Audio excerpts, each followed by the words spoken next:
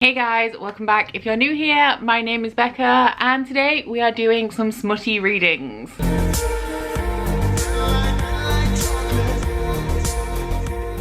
So this is a little bit different for my channel, as I'm sure you guys will know, but last week I put a tweet out and said I'm really struggling for video ideas. Do you guys have anything that you would like to see me do? Now, normally I don't do any of like the fun challenges that some people do. I don't know, being outside of my comfort zone just makes me uncomfortable and I never feel like I can pull it round and make it actually funny or anything. However, this time I did get a request that I've decided to do, and I'm surprised at myself that I've even decided to do this. I don't know how we ended up here today, but at CH Barley said how many marshmallows you can fit in your mouth safely whilst reading some sentences from your fave books. And then Kelly from the Velvet Library said, I second this and propose you use sexy resand quotes. So here we are going to be reading some smut with marshmallows. So first off, this video is going to be quite explicit. I'm going to be reading explicit sex scenes. I have 3 books here. The first one is A Court of Mist and Fury by Sarah J Maas. The second one is Rhapsodic by Laura Thalassa, and the third one is on my Kindle. It is Birthday Girl by Penelope Douglas. I have found some of the smuttiest scenes in all 3 of these books and I'm going to be reading them. So if you do not like explicit sex scenes in books, then I would advise that you do not watch this video. The second thing I have to mention is that as I am reading the smut from these books, some of it is quite far into the books, so there is potential for spoilers in this video. I mean, I'm sure that some of you guys know already that these books are smutty, and with romance, you know, it kind of sets up who the love interest is going to be, and then if you know it's smutty, you know that they're going to have sex at some point. So yeah, just a spoiler warning. However, I am going to have marshmallows in my mouth while I'm saying these quotes, so it's quite likely that you won't have a clue what I'm saying anyway. So the way that we're going to do this is that we're going to have 3 rounds. Each round is going to be 1 book. I have marked up 5 paragraphs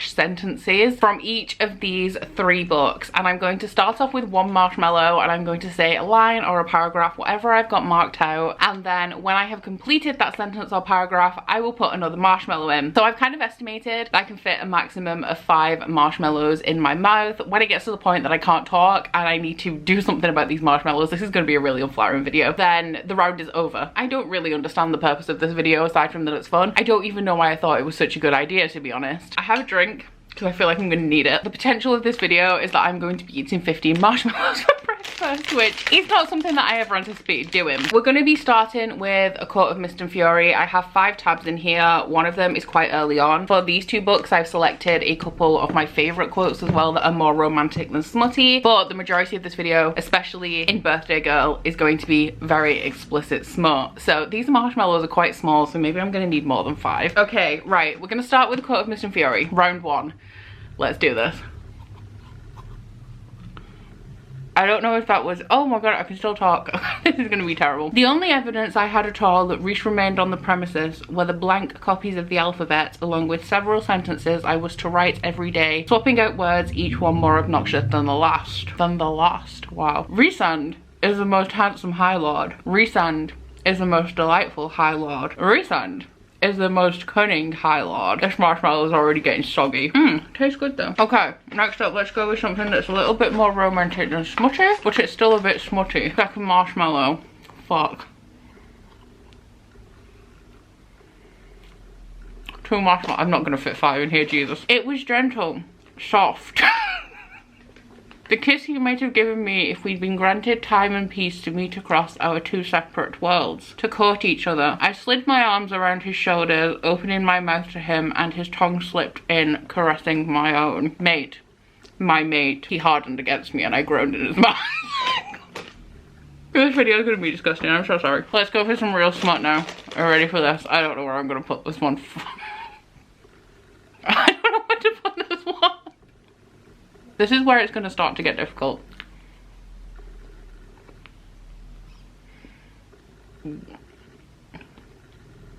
Oh, the first lick of Rusan's tongue set me on fire.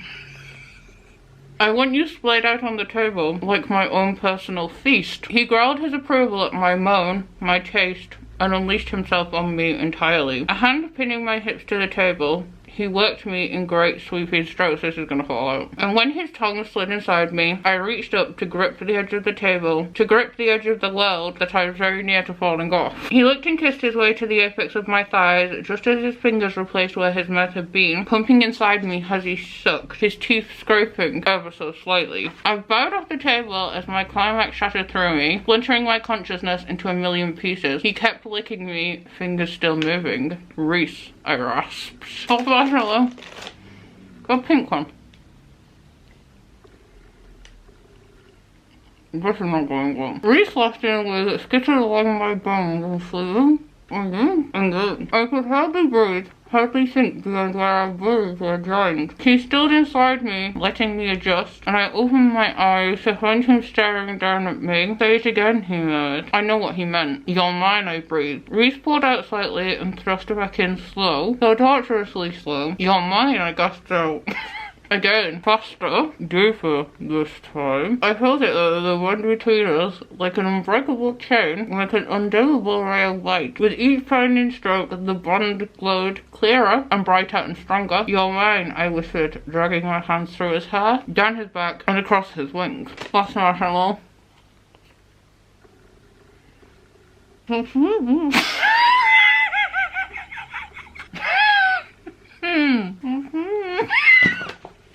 So it's safe to say I didn't quite make it through 5 that time. Round 2, that's the wrong book. Round 2, we'll start off with one that is quite at the beginning. It's on page 30, so not really any spoilers. First marshmallow, let's start on this side this time. This close to him, it's so great to be able to talk. This close to him, I can see every complex facet of his face. High cheekbones, aristocratic nose, sensual lips, chiseled jaw. Hair so pale that it appears white. He's still far too pretty for a man, so pretty that I can't seem to look away when I know I should. It's his eyes that have always captivated me the most. There's every shade of silver, darkest at their edges where a thick band of charcoal grey rings them, and lightest near their centres, the colour of shadows and moonbeams. It hurts to look at him, not just because he is inhumanly beautiful, but because he shredded my fragile heart a long time ago. Now let's skip to the smut. As if he can sense how close I am, Desmond deepens each thrust, his eyes riveted to me. He dips down and kisses me roughly. I like this look on you, cherub, he says, and knowing I'm responsible for it. My arms tighten around him, pulling him closer as my eyes close and my mouth parts. Don't you dare close your eyes, he says. I want to see everything I do to you. A burst of magic courses through me, forcing my eyes open. Desmond is all I have time to say before my orgasm rips through me. Okay, pretty easy. Marshmallow 3 is where it all starts to go wrong. Marshmallow 3. I'm going to give you okay. I'm going to give you all your vacations. I'm going to give you all your biggest desires, I whisper, with sorrow sick in my voice. I begin feeling kisses on his chest, moving lower, one at a time. I'm struggling with this one. He sucks in a breath when he realizes what I intend, lowering myself between his legs. My mouth closes around him, his entire body tenses. Gods, he curses. His hands delve into my hair, tangling it. I move up and down, working him with my lips and tongue, my hands moving over every pleasure point until I have him bucking against me. His breathing hitches, becoming ragged and uneven. He's not going to last long. Neither am I. The thought makes me smile wickedly against him. My favourite line of the book. See if I can say it. I don't know what comes over me, what strange compulsion pushes me to say the words that I have no right saying to the bargainer. I only know that my very world has come to a standstill, and if I do nothing, it will fall off its axis. I close my eyes, and words from an old book flow from my lips. From flame to ashes, dawn to dusk, for the rest of our lives, through my knowledge, there's no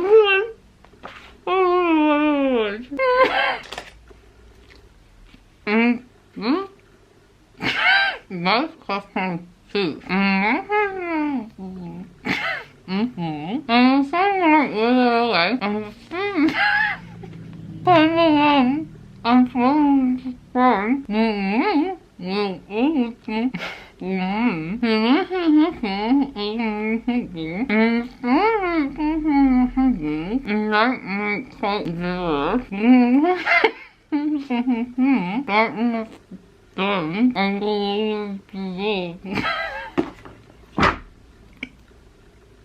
Does that count as completion? I feel like that should count. Oh, I did well there. Something just fell into my cleavage. Oh, my earring's come unclipped. Of course it has. So, final book. We are on to Birthday Girl by Penelope Douglas. Warning, this is where it gets like super, super explicit. Like I mentioned, you probably won't be able to hear a word I'm saying, especially when we get to like the super explicit stuff. But fair warning, like this is real dirty. First marshmallow. I'm not eating these ones. I'm spitting them out. I feel sick. God damn her. God damn it. I'm not stopping. Fuck it, I can't. She just kept pushing and pushing, hitting all my buttons. Everything she knew would bring me to this, and I wanted her to. In the back of my mind, I always knew I couldn't not have her. I grab her ass in my hands and drop us down to her bed. She unlocks her legs and straddles me, our lips never breaking contact. I love her mouth, hot and sweet, and she teases me with that tongue, licking and brushing in ways that drive me insane. It's like a marshmallow. My cock swells, and God, I can't stop touching her. She's so damn beautiful. Her smooth skin and mussed hair, the little triangle of red fabric between her legs where I can already see she wasn't lying about being turned on. She's wet, and I'm fucking starved to taste her. I wish I was starved to taste these marshmallows. Fuck. Okay. Taking care of the house the way I like, he talks, and my hands become his hands in my head as he takes over fingering me. Cooking my meals the way I like, pretty little things for me to look at. You're doing so well, Jordan. I keep my eyes closed, feeling for his lips, my whole body pulsing with an electric current at the taste of his warm mouth and the water of the shower cascading over his hot skin. I can feel his cock, hard and ready, behind me. I need you to do everything a woman does now, he instructs. Everything a good girl does for a man. Can you do that? I nod, panting, yes. My orgasm is cresting again. My nipples press painfully into the tiled wall, and it feels so good between my legs. I want him on me. I want to know what he feels like. Reaching behind me, I don't think. I grab a loofah and slide it between my legs. The netting chafes my clit in a way that sends me over the edge. I roll my hips into it, wanting to feel anything because it's him in my head, and that's enough. His smell surrounds me, his mouth sucks my neck, and he's hefting me up so he can slip inside me. It's rough and hard, and his hands on my tits 1 minute, and his mouth stealing my breath the next. God, his tongue, it tastes good. The orgasm timber is deeper, building and building, and Cole's father is fucking me so good. Let's get to the real dirty part, shall we? Now that you can't hear me say it. Marshmallow number 4. I'm glad I only did 3 rounds of this, Jesus. Ugh. I stroke my cock and come down on her again. Pull up your shirt, Jordan, I whisper back. I want to see your tits when I flick you. Her breath shakes and an excited smile plays on her lip, but she lifts up her shirt for me, and I dive down quickly and snatch up a nipple between my teeth again. She gasps and spreads her legs wide, and the tip of my cock finds the wet heat of her tight cunt like a fucking magnet. I'm dying here. Last one, thanks fuck.